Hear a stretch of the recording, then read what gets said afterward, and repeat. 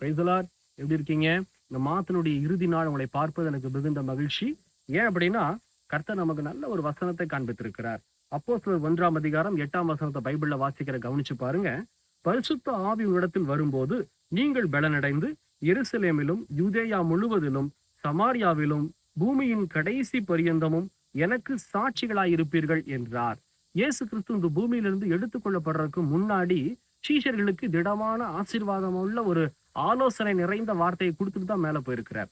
அப்போ இன்னைக்கு இந்த இயேசு உங்களுக்கும் கூட எனக்கும் கூட அந்த வார்த்தையை கொடுக்கிறார். நமக்கு தேவை என்ன தெரியுமா? பரிசுத்த ஆவியானவர். ஒருவேளை நம்முடைய மாம்சம் நமக்கு பலவீனமா இருக்கலாம், ஆவில பலவீனமா இருக்கலாம். சீஷர்கள் அப்படிதான் இருந்தாங்க. இயேசு கிறிஸ்து சிலுவையில் அறையப்பட்டதுக்கு அப்புறமா ஒரு ரூமுக்குள்ள அடைஞ்சிருந்தாங்க, பயந்து போய் நாளை தினத்தை குறிச்சு.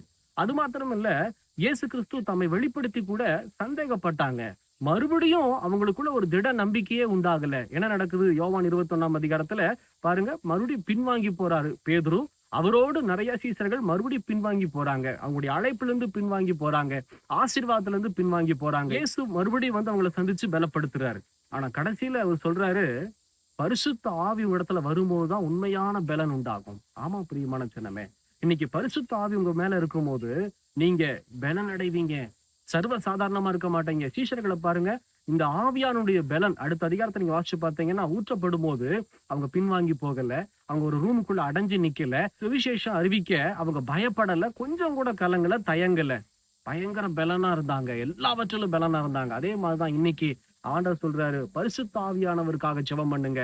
ஆவியானவர் வரும்போது கர்த்தர் உங்களை தேற்றுவார், ஆசீர்வதிப்பார், பலப்படுத்துவார். உங்களுக்கு உண்டான ஆசீர்வாதத்தை உங்களுக்கு தாங்க தருவார். இந்த வீடியோவுடைய தொடர்ச்சியை தயவு செய்து பாருங்க. எங்களுக்காகவும் ஜெபித்துக் கொள்ளுங்கள். God bless you.